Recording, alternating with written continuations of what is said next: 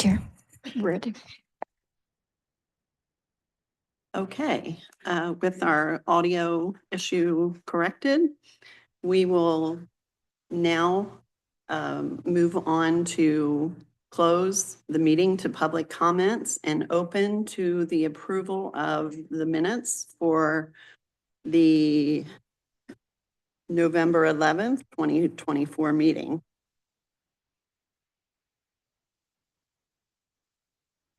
I move that the minutes approved as read for the November 2024 meeting. And is there a second? All those in favor?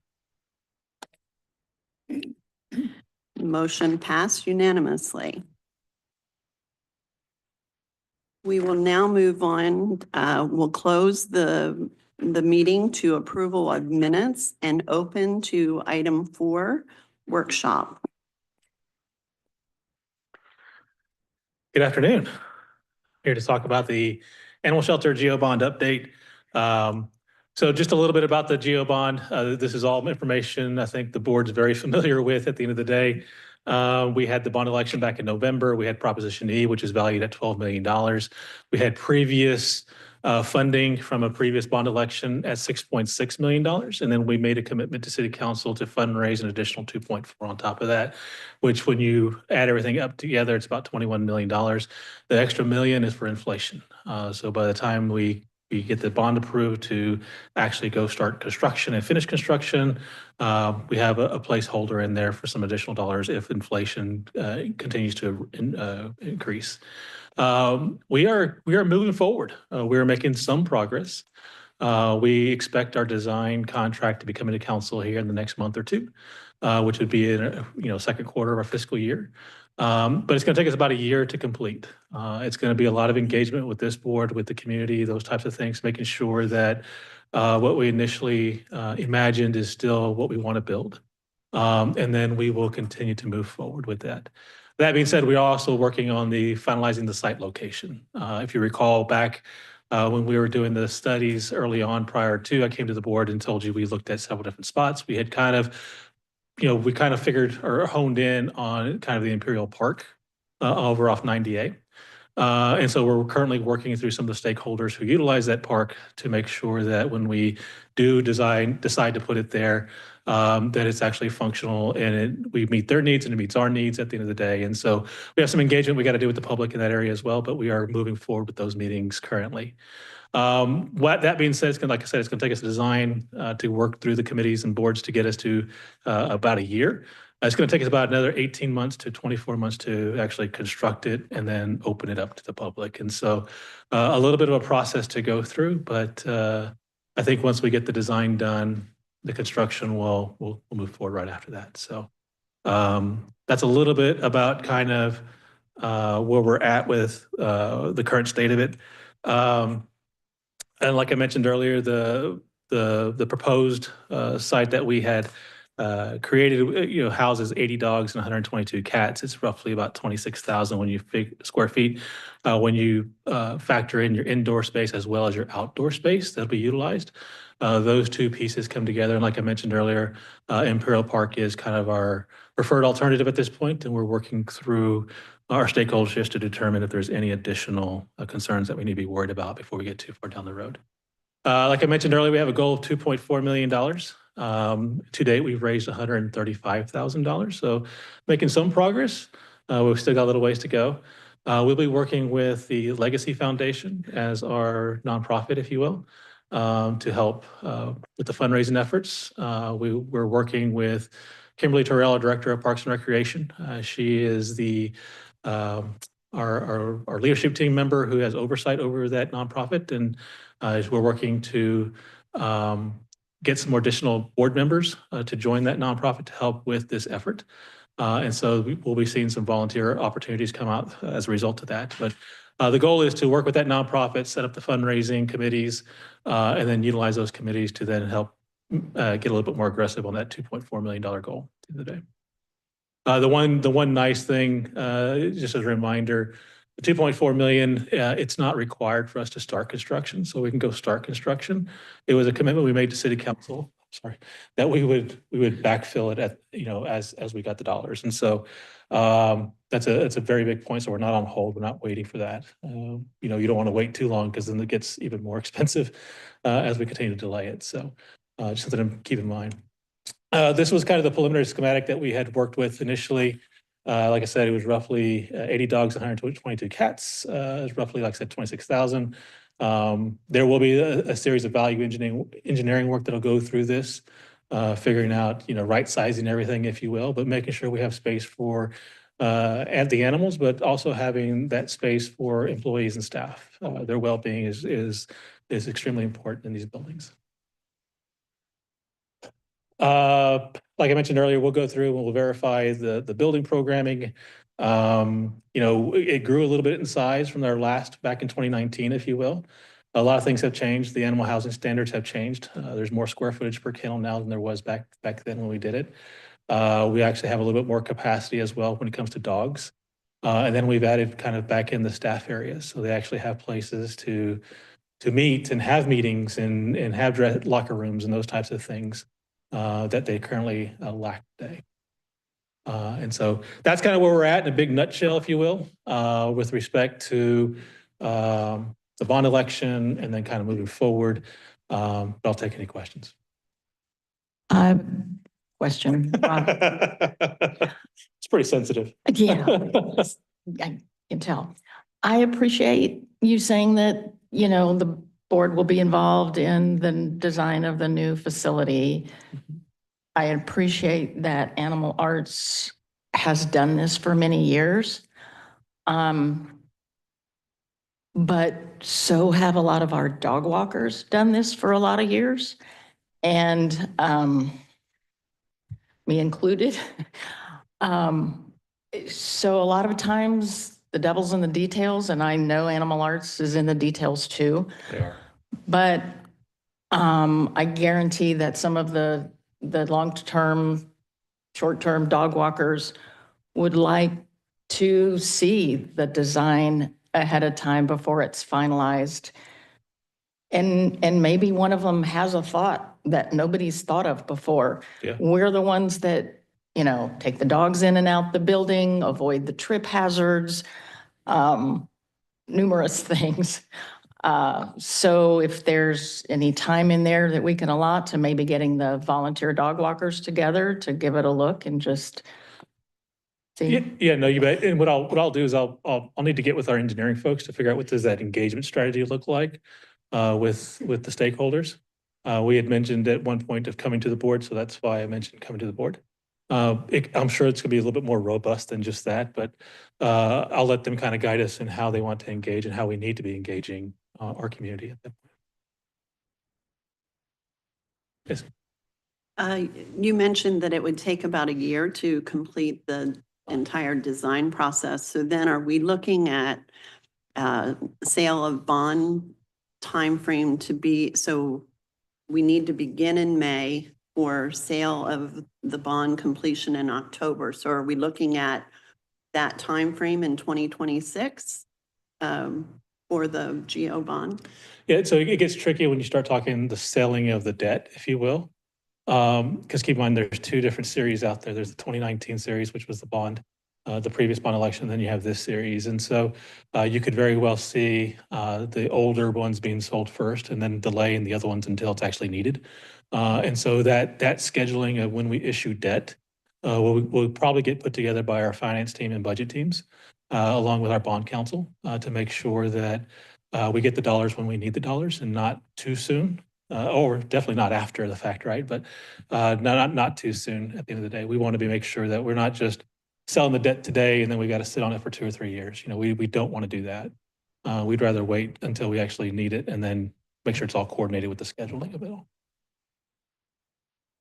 I agree. That's entirely appropriate. It just kind of goes hand in hand with the fundraising. So No, knowing definitely that- does. that timeframe is why I asked the question. Yeah, I think as we get through the design piece and we actually start working with contractors on constructability and making some engineering decisions based upon that, we'll better determine the timelines, and then those timelines can then get coordinated with our budget and finance folks to develop kind of a little bit more comprehensive schedule on completions and starts versus sale of debt and those types of things. And so, yeah, all that will be a coordinated effort as it comes forward. Thank you.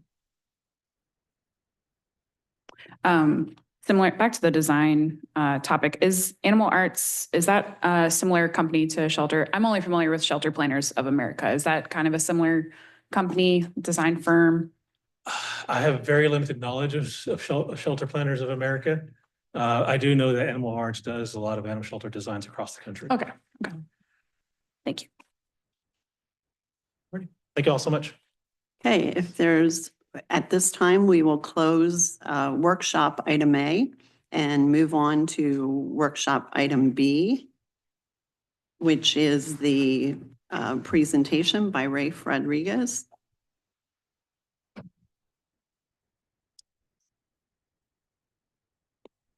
Good afternoon, everybody. So there's an overview of what I'll be going over. And then at the very end, there's a couple of extra things that were in there that weren't in there from the previous AAB for efficiencies and for the year in review. So we'll go over everything as a whole. So we had some uphill battle for as far as shelter staffing goes. We've gotten quite a few of them filled. So, but in doing so, we ended up creating a vacancy for another position. What we have currently right now is we have the full-time animal service manager, a full-time kennel tech, and a full-time vet tech. We have filled the shelter supervisor, which is the secondary shelter supervisor, and an engagement coordinator, and the animal service officer. We've gotten those filled. So I mentioned that we filled the secondary shelter supervisor. So when I came in, we did a reorg of the staffing. We also had a animal service officer getting reclassified to a shelter supervisor. So now we have a split team, 2 shelter supervisors with their kennel techs and vet tech. And what that does is that allows us to have a little more coverage and some more supervisor duties spread out instead of just being on our one shelter supervisor, which she was extremely inundated with work, paperwork, and projects. So in creating that position, we got that one filled. We ended up filling the community engagement spot, which ended up making another vacancy for kennel tech. So that's our current org chart, and our vacancies are in the yellow.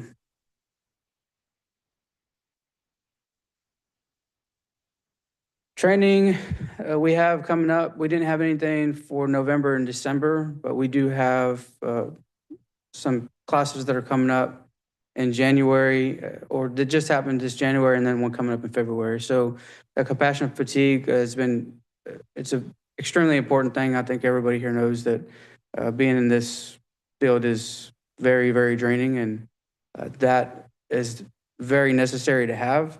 Most of the employees have already been through the compassion fatigue, so we identified a couple that hadn't and put them through. Of course, we have the new employees that just came through that need to go. I think one of them has already been through one, but then again, it's always good to have it multiple times. An animal cruelty investigation is there for our ASOs that they need to be taken. Medical. So this was, I don't remember, the week before we were originally supposed to have it. So I think it was like the first week in January is when I put the current number for ringworms. But for November, we had 11. December, we had 18. And these are all animals these are all cats that are coming in straight from the street that have ringworm. They're not, it's not spreading in the facility. It's all ones that have been intaken and looked over, and then they end up having ringworms. So they end up going to a quarantine area. And at the time of this slide, we had 17 in ringworm. Heartworm treatments, we had 9 total for between November and December. 5 new ones that came in that were positive, that began treatments in-house. 6 out of the 9 that we've had finish their treatment were cleared and have already been adopted. So we have 4 that still need to get their second treatment.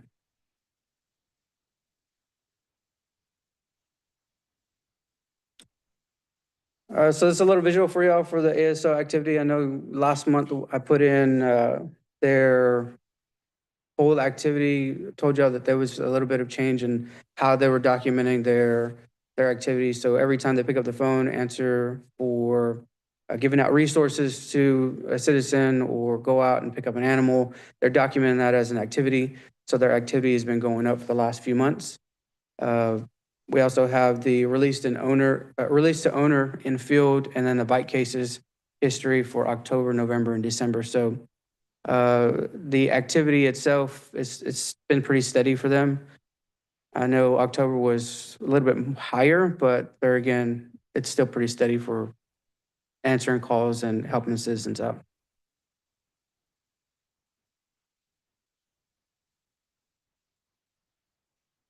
So our population as of the 23rd, I think this slide got updated a little later than the ringworms, but the shelter had 21 dogs. We had 9 that were in foster and 3 that were on sleepovers.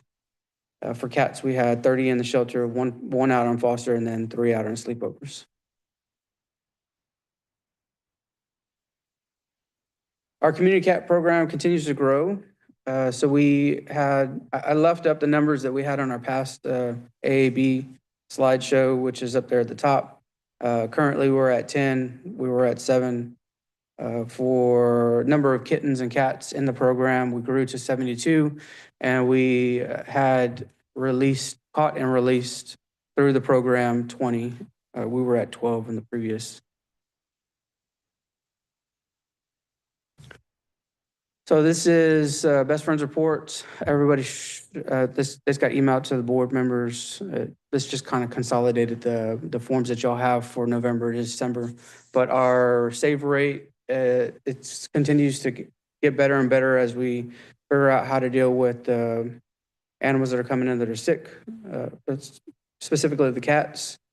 But for the last 2 months, we're at the high 80s. And for our dog save rate, we're at 100% still, which we've been there since October, I believe.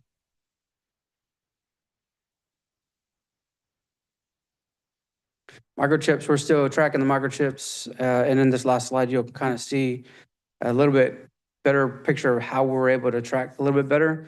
But for the last couple months, November, December, we've used our grant funding microchips, and I believe we still have less than 100 left out of that grant for microchips, but we had 1,000 for the year that were bought with the grant, and still we're continuing to use those up. Yes. Will we be looking at renewing that grant for the microchips? Yes, so we're currently looking at, we have somebody here at the city that deals with grants. We've already put it on the radar. I'm not sure. I know they're working on it. I know the grant that we're trying to get, we missed the deadline for that because I wasn't aware of it until I think the deadline was December or January, somewhere around there, beginning of January. But they are looking at more grants. We purchased enough for, I think, 6 months. So once our current microchips that we have through a grant run out, we will still have microchips, but those are going to end up being having to be paid for. And we have a schedule fee that we're going to be going off of that the council has approved already. If we get more microchips through a grant, then we're going to start implementing those up front. So it goes back to the free service again. And have we put a process in place, maybe a reminder or something so that we don't miss grants that have the opportunity for renewal or for resubmission? Yeah, so our finance manager, so Sandra, she's in charge of that stuff. So she's been working really close with our grants person at the city. They've identified like 3 or 4 that they're trying to go after right now, so they're actively working on those. I think there's a time frame that they have to wait until it opens up, but they're actively working on those currently. Thank you. Can you just remind me, are microchips only for Sugarland citizens or can anybody stop by the Sugarland shelter? No, anybody can step by. Okay, that's Yeah. good to know. And then I didn't really get a chance to ask, can you explain why, or the thought process behind splitting the vet tech supervision between 2 people? Typically in my experience, I mean, you can have all the medical SOPs, protocols written down to a, you can get as detailed as you want, but it gets a little bit tricky when there's more than one person over a medical team. If like you split the supervision between 2 people, because, one person may decide, oh, we should pursue this treatment, or I don't know. Can you kind of go into that a little bit? Yeah, so most of it was supervision. So we had one supervisor that was over 8 people, which span of control, you want it to be about 4 or 5, so that you'd have good supervision. So we split it up that way just so that way we had an equal number of people oversight on each supervisor. So each supervisor has the same amount of full-time kennel techs, full-time, part-time kennel techs, and then the same amount of vet techs. So we did really stringent amount of work on the back end to make sure that through the hiring process for that secondary supervisor had the medical background that was equal to on par with Paige. So they are able to be working hand in hand together, and with our policies and procedures that have been implemented, we feel pretty confident that they're going to be able to work together as a team and make sure that the care goes without interruption. Okay. And then back to the chart for tracking the calls in the field. Does this include the calls that police officers are responding to involving animals? Can you repeat the question? You're tracking for the calls that the ACOs respond to involving animals in the city. Yep. Does this include the calls that police officers are responding to in the city?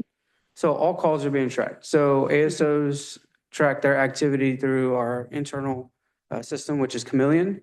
And police officers, they track their calls for service through dispatch and their internal system, which is One Solution. So all calls are tracked. Okay, so those charts include both The charts here is Yes. strictly for animal Yes, and- services. animal services. So not calls that police officers respond to Correct. involving I'm- animals. Yeah, I'm not Okay. over that. No, you're not. Rafe, if you could go back a minute to the ringworm. Mhm. I think you said that all of those ringworm cases were cats? Well, yes, that slide was based on the cats, yes. Okay, And I know but- since we've created the slide, we've had, I think there's been 3 adult dogs, and then we had a litter of Okay, dogs that came in. all right, okay, So, yeah. thank you. That was the ringworms, yes, correct. That was strictly for the cats. Okay, I just wanted to make sure for the record that we had several dog ringworm cases. Yes, we did. Okay. Which also came in with ringworm. If we have 2 supervisors and divided medical teams, how are we ensuring that both operate to the exact same standards? That's going to fall on the manager. And currently, Dawn's going to be taking as interim director, and she will be making sure that all that stuff gets managed properly.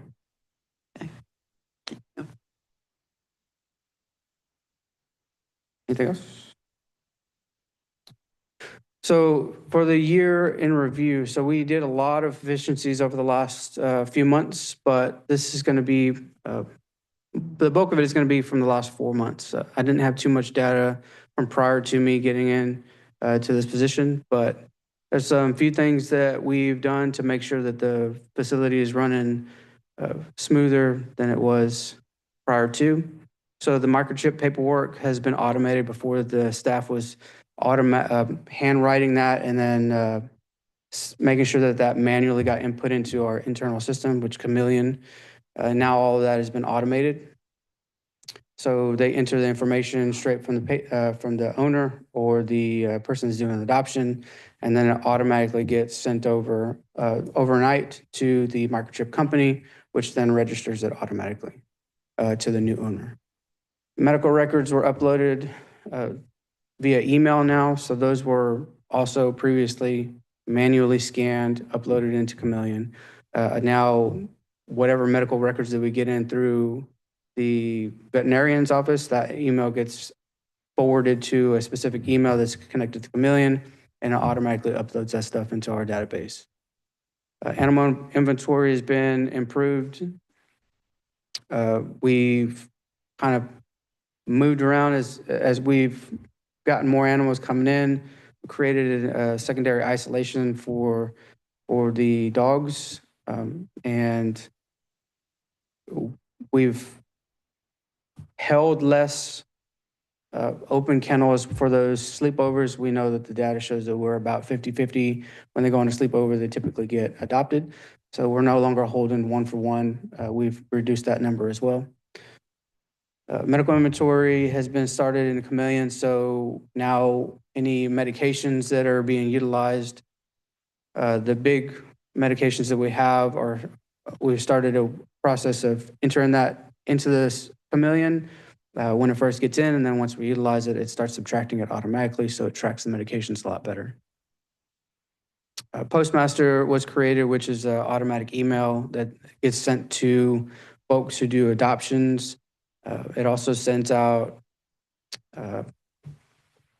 surveys with those adoptions to figure out how the service was from start to end, and it automatically gets sent out as soon as the adoption is finished. All the information is put in, and Chameleon handles that by sending it out. Post-adoption surveys went live, so essentially it's the same thing, but they, along with the information that's being sent out, it sends out surveys, but also sends out critical information like adoption paperwork that used to all be printed out is now sent via email as well. We had a meet and greet tracker that was created and implemented, so any person that comes in and does the meet and greet in our rooms, it gets tracked for how long, what animal, and it gives us some data back on how we're doing, who's doing them as far as the staff is concerned. We implemented some iPads up at the front, which also help with people coming in and seeing the animals. It's a little bit easier for us to grab an iPad, hand it to them, and show them which animals we have available. With the photos, they figure out which one they want to do a meet and greet with, and then they're able to let us know, and then a staff member can take them back.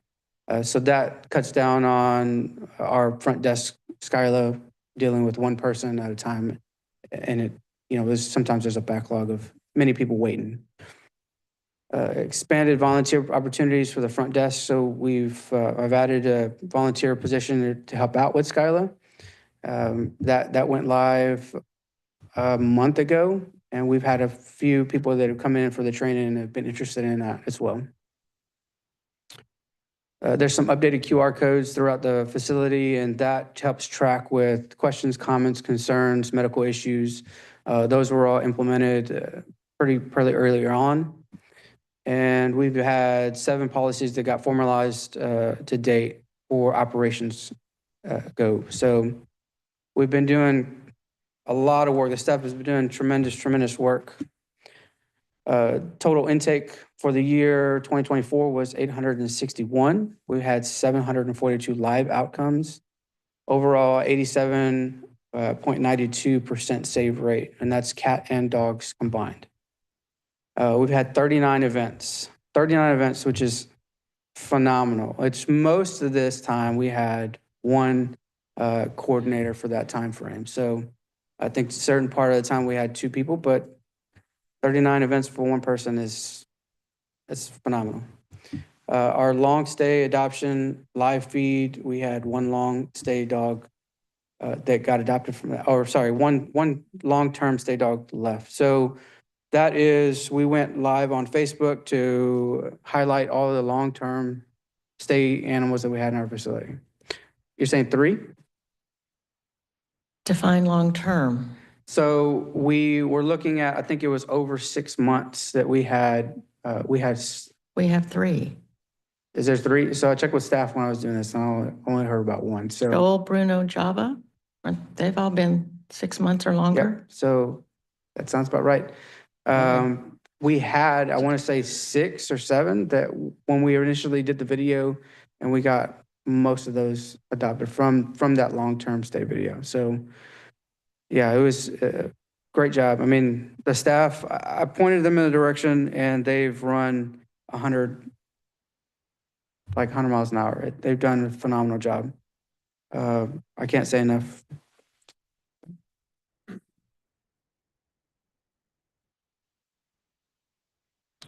So they've been formalized, yes. So prior to when I came in, we had a very long document, I think it was 178 pages or so, that was still in draft form. There was markings up on it.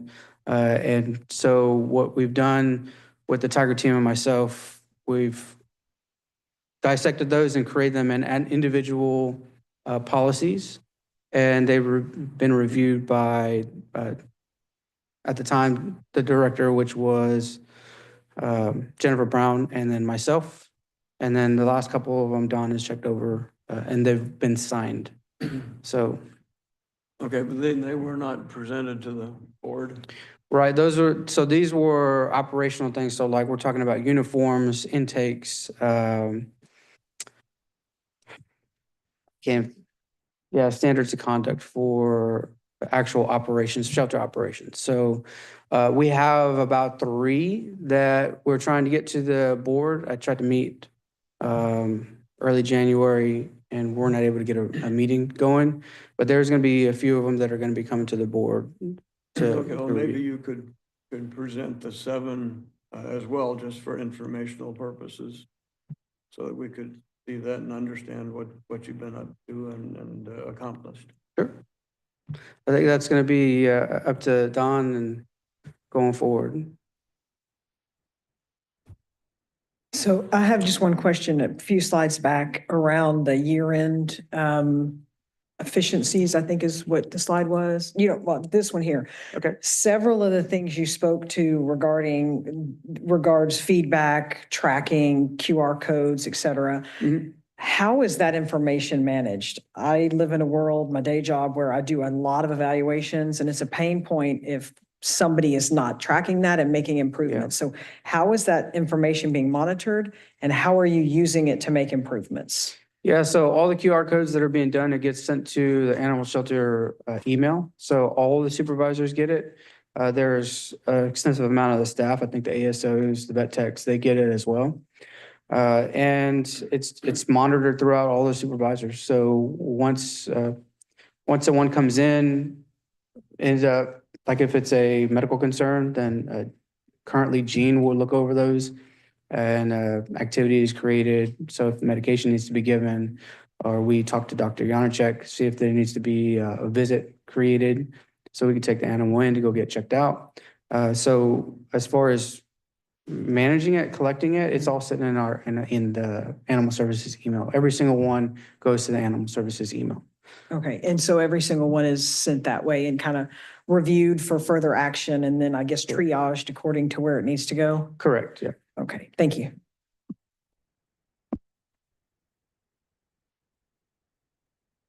I think one thing needs to be brought up, that each one of us represents a constituency in the city of Sugar Land. Mhm.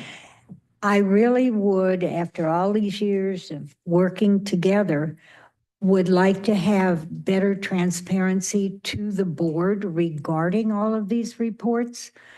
Not just coming up with fluff comments. I think we as a board need to see what is going on. We need to see as a board what the feedback is. Sure. And we need to see as a board what we need to discuss with the staff of the city of Sugar Land. We are representing the voting public in the city of Sugar Land.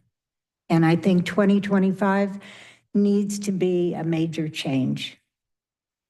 Yeah, so this is just the tip of the iceberg. There's several things that didn't even make this list of things that have been done at the shelter for efficiencies and things that are still ongoing. So you brought up a good point in collecting that stuff and presenting it.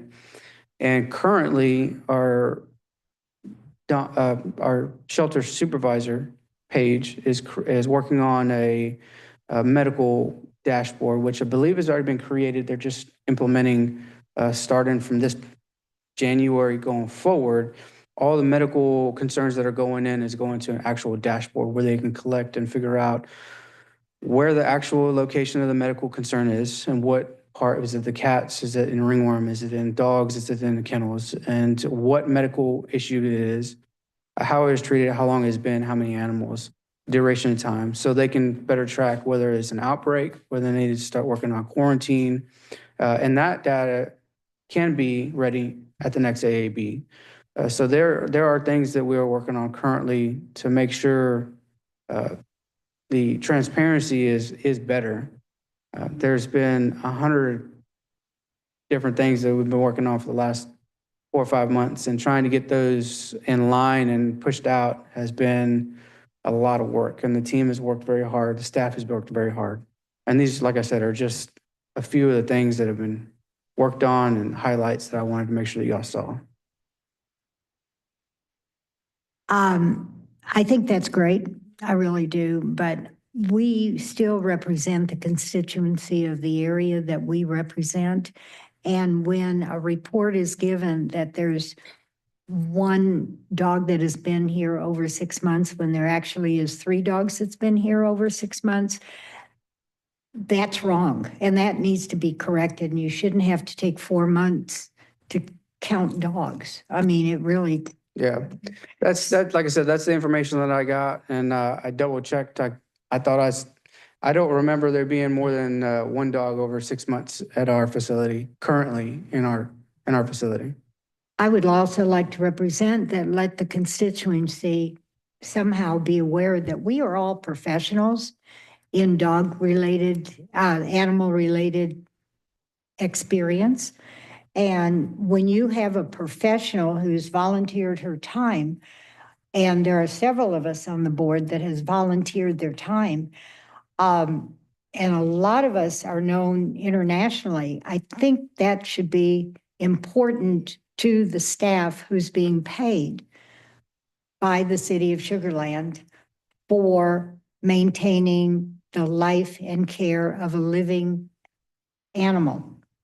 And I commend all the volunteers, and I also think that we have to be recognized for our professionalism. I mean, that has to be changed. That has to be more corrected between the board and the staff who's being paid by the city of Sugar Land regarding the animals. I spent, gosh, I mean, on that note, I spent both as a combined paid and unpaid professional working on the euthanasia policy. And then I'm like a little over, I don't know, what was it, Don? Like 8 months, 6 months, almost a year. It was forever. And that was my first introduction to the Animal Advisory Board, was basically, that euthanasia policy meeting. I don't know if any of you remember that, but that was a interesting experience. But as you stated, we're all here because we care. I'm very blessed that I can donate my time and my experience, not just because it's my passion, but because I have experience and knowledge to give. And I think the city needs to do a better job to show that it's following these policies and procedures that people are investing their time and years of knowledge and training to create, because you haven't done that. And I think you need to do better. I think the whole city needs to do better with we've been saying transparency for a while now, but I think last year crossed a different line into transparency, and I want to see that 180-degree change.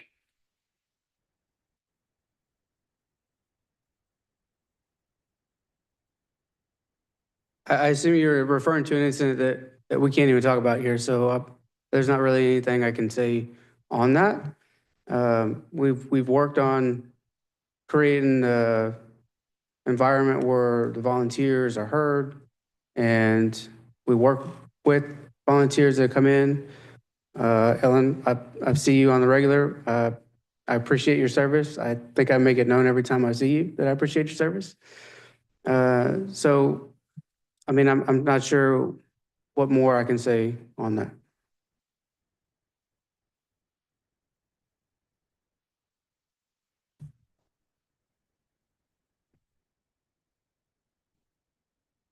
So I'm going to give over to Yenny, if you don't have any other questions, to go over the engagement coordinator piece.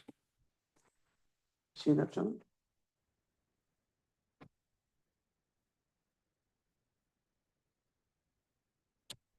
Hello, everybody. So I'm going to start off with some numbers that these were the numbers that we ended through the year.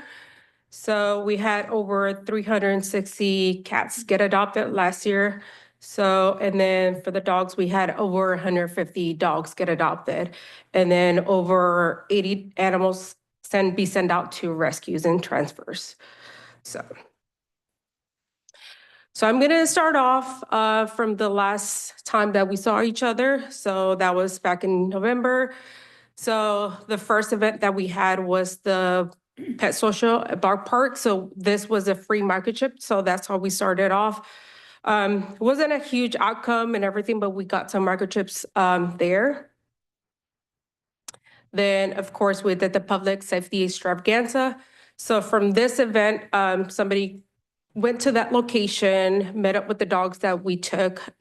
We actually took Tom Benjamin, and they actually met with him, and he actually got adopted. So they came back the following couple days and took him on a sleepover, and he got adopted from that event.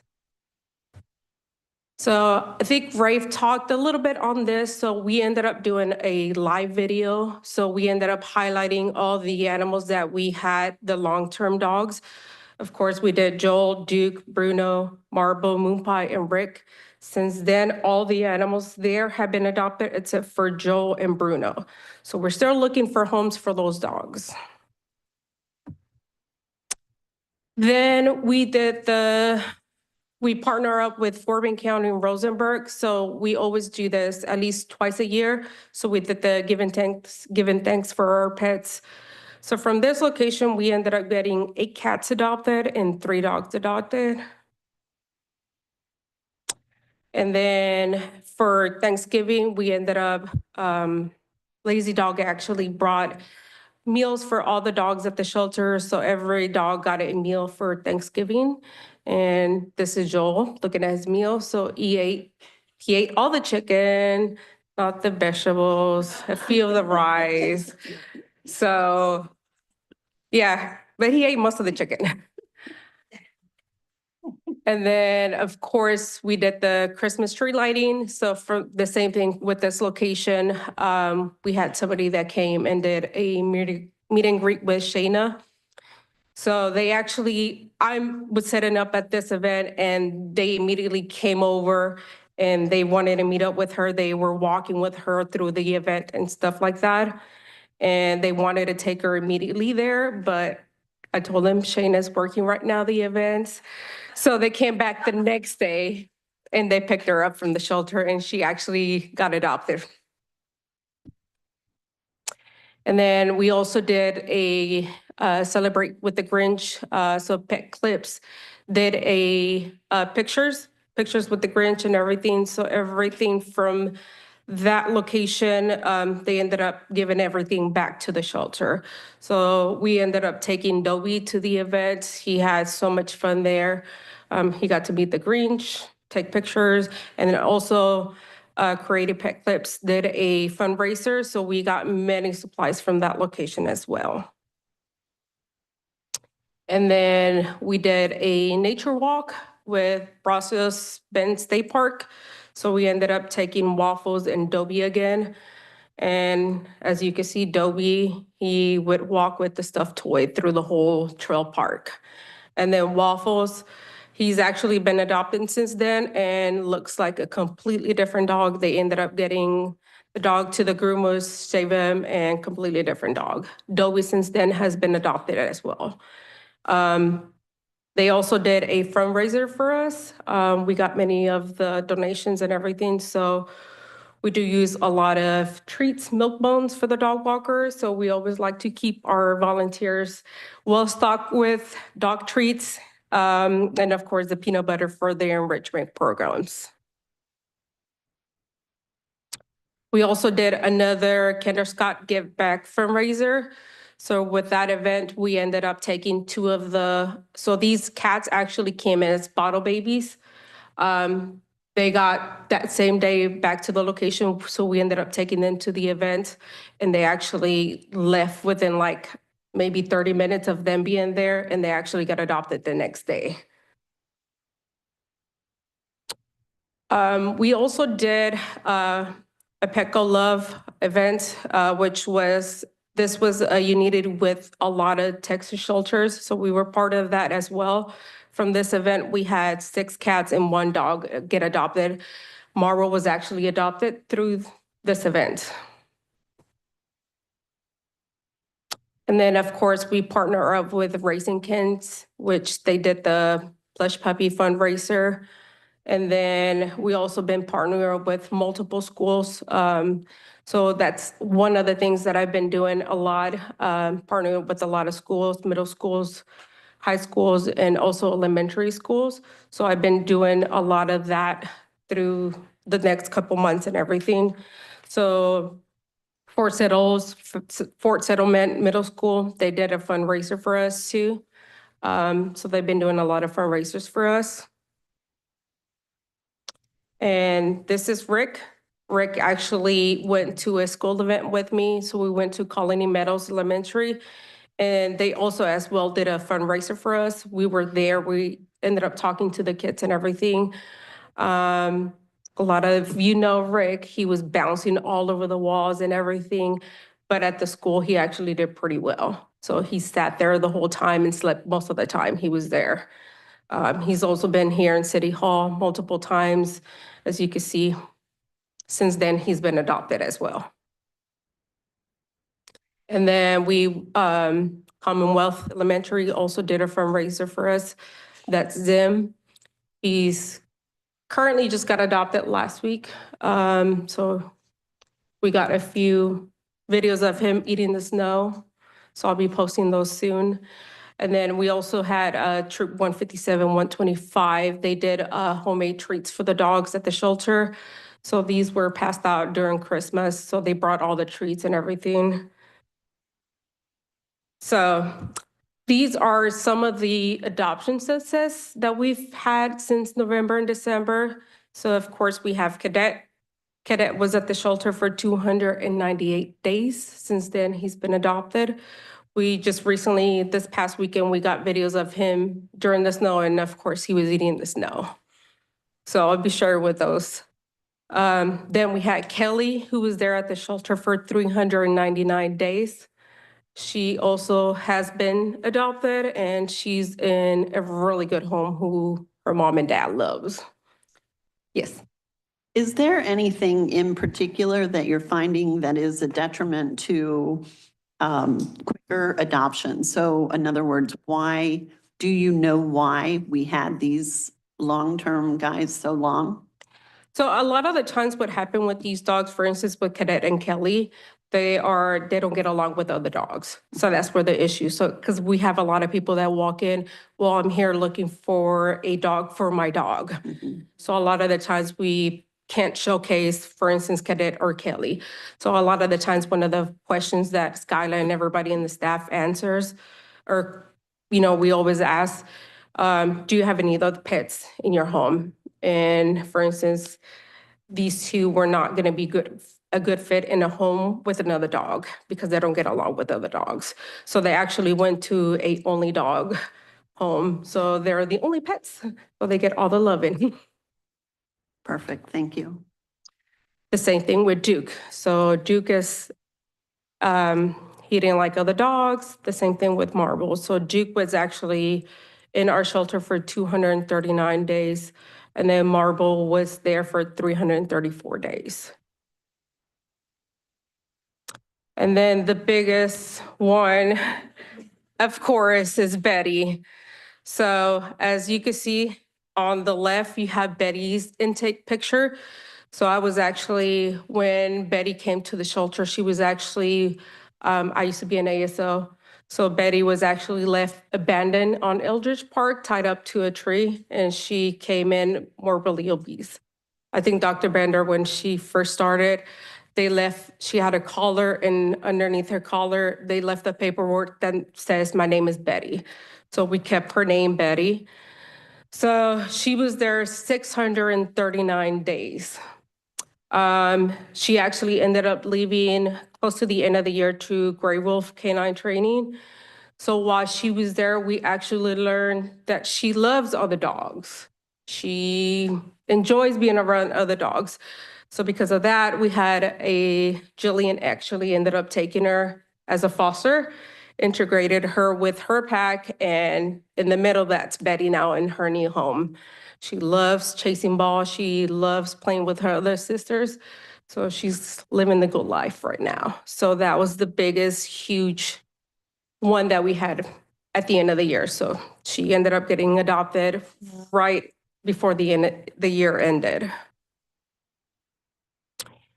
So that was the end of the year. As you could see, many of the events were done just by me, like Rafe said. So starting of the new year, we started off new and everything. So since then, Kayla has been promoted to our new team and everything. So she's gonna be helping me out now, which I'm gonna get a lot of help, which is good. So we're planning on doing more events, more community outreach programs and stuff like that. As many of you know, I like being out there in the community, talking to everybody, integrating with everybody, with however we are able to help out. So I wanted to give a little highlight of how the year has been going so far. So as everybody know, we just had a Arctic freeze. So we asked for many fosters if they were able to take some of the animals that we had at the shelter. So actually Joel, Bruno, Pitty Patty, Ava, Misty, and Tank, who's been adopted because of that foster. And then Artie and Stacy left as a foster. So this is Bruno. We have since then learned that Bruno is a huge soccer player. I know Elliot has mentioned it before, but he really liked being out in the yard playing with the soccer ball. So I plan on bringing one of my soccer balls to him. So I'll share one with him. And then this is Joel. Joel's one of the long-term ones that we had. He actually ended up going with one of our city staff and everything. He's been back and everything. So this is Joel with his big teddy bear. We have Misty, who's still in foster, and then we have Ava, who's still in foster, and then of course that's Pitty Patty. So all these three dogs have been in a home with small children. We have learned that Pitty Patty apparently likes little dogs, not so much on the bigger dogs. Ava, she's the only dog home right now, but she's been with two other little girls. And of course, Misty, she is with a bunch of little girls too. And then this is Artie and Tank, who's in the middle, the white dog. I don't know if you can see because of the snow and everything, he's in the middle. So he's been adopted since then. He just joined two other dogs. And these are just a few of the pictures that we took across and everything just to showcase the staff and everything. So we ended up staying at the shelter since Sunday. all the way through Wednesday. We were there 24/7. Some of us, we enjoy being outside in the snow. Some of us, we didn't. So in the middle, we have Myrna, and she stayed all through the night and everything. And then we have a few of the dogs that I've tried to put together and everything. I think the only dog that didn't like the snow was Hammy. As soon as he went out there, he pumped the brakes. It was like, nope, let's go back inside. On the top, we have Amelia. She loved the snow, so she was running around everywhere. But that's just a little bit. I'll be showcasing more and everything on our social media and everything. I would like to thank, as we all should, the staff for making sure that the animals were cared for, that they did stay day and night for 4 days straight to make sure that they were all okay. We really appreciate it. Yeah, it was fun. I second that. When I saw the cot picture, I couldn't believe it. So thank you all. We appreciate you. Yeah. I also think in the future, if we have a list of events, I'm sure if we are able, we would be more than happy to companion you with them, to at least be a spokesperson for the city of Sugar Land. We often talked about that years ago. And, but we do need, because we are professionals in our own jobs, we would like to have the dates ahead of time. So then we could make sure, if you would like us there, to be available to also participate verbally in supporting you as much as you do throughout. I mean, it's amazing, all of the visits that you made and all the successes. But we are here also to be your supporters. Okay, so consider that, folks, in the future. That's a good point. I know I have Facebook, but if I don't interact with you guys, so I will like a picture or something, but if I do not interact, then sometimes I don't see your posts for many months. So I've tried to improve that, but I think it's important for you guys to be aware that while you are posting to social media and you probably think that we would know about it and attend if we could, we would like you to know that we don't always see posts, so we don't always know about the events. And it's especially frustrating to me sometimes when it is 4 o'clock and I see a social, that's taking place at 5 o'clock that same day or something. So somehow, I don't know what that looks like, but we would enjoy supporting you guys more at events. And if there was a way to advertise to us what is coming up.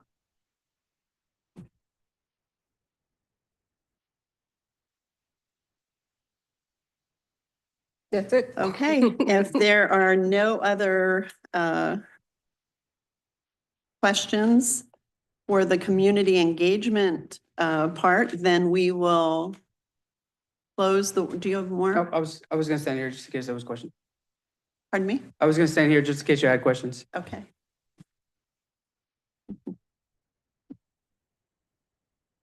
Okay, then if there are no further questions or comment, then I will close the meeting to the workshop items and community engagement. And we will then open item 5, which is Director's Report by Dawn Staff. Hi. Okay. First, we're going to talk about this is the update on the animal services donations and the budget of donations. So I think it slightly went up from last Animal Advisory Board meeting, but just wanted to highlight the total that we have an ending balance right now of over $200,000 in our donation fund that we will be looking at over this next year. And then I didn't have much to report, but I did want to go back to the open data and the transparency that was brought up. I think you're going to see a trend across the organization this year on being more transparent and sharing our data on the website. The animal shelter is no different. We are working on, just like Rafe said, there's a ton of dashboards that we are working on that will be live in the very near future that will show all kinds of information. So you will start to see a lot of, not just you, but the public will start to see more information. And then back to your comment about the events, we did used to email y'all events for each month to tell you where we were going to be and when. So that's something we can easily start to push out again, so that in the event that y'all do want to attend and support, we're happy to start pushing that out as well.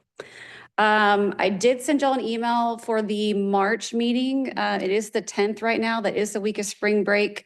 Asked if the board was able to meet the 17th. I got a couple of responses with yeses, but not the majority. So I wanted to just ask and make sure, is everyone available to move that meeting from the 10th to the 17th? I know Ellen had responded. So yes, so there's no one that can't. Okay, perfect. So I'll send out that calendar appointment. And then obviously we meet every other month. Now I will caveat this to say, because we have the design starting, there may be additional meetings that will be needed in the future, but if so, we'll push out that email asking for who can attend and when. For the policies, I am gonna re-email y'all again to try to get some availability that lines up, so we can start to work through the policies that need to be approved, and then show you as well the policies that have already been approved, just so y'all can see them. And with that, I will take. On the November 10th, it's obviously a Monday. November 11th technically is Veterans Day. Will the city observe Monday? I will look when I don't. I was putting it on my recall calendar. If we take that day off or not, but I will look. So if we need to move that one, like we can move that one in the future as well. If it's a holiday, no, we won't meet. And with that, I'll take any questions. Okay, if there are no questions, then we will close the director's report. And at this point, I would typically say move to adjourn the meeting, but I'd like to take just a moment to say that during this meeting, I have used a somewhat more formal practice with announcing the agenda items. If you've noticed, I've been testing out opening each item and closing each item. My goal in doing that, which is something that I used in my role as a state commissioner, was to try to move comments on a specific agenda item to the space when we're talking about that agenda item. Sometimes we get to the end of the meeting and we're discussing items throughout our agenda. So if we're all, if we feel that that worked today, and I feel that it did, I encountered, nothing but maybe forgetting it once. I will open and close each agenda item, and I would ask that we keep our comments and discussion to the time that that item is open. Now, my goal is not to restrict discussion in any way. And at any, when we complete any item on our agenda, you are welcome to ask to reopen it if you've thought of something else or you want to add further comment. Again, the goal is not to restrict discussion, but rather just to kind of keep our comments with the agenda item. Okay, and with that, then I would move to adjourn the meeting if we have a motion to do so. I make a motion that we close the meeting as of now. I second. Thank you.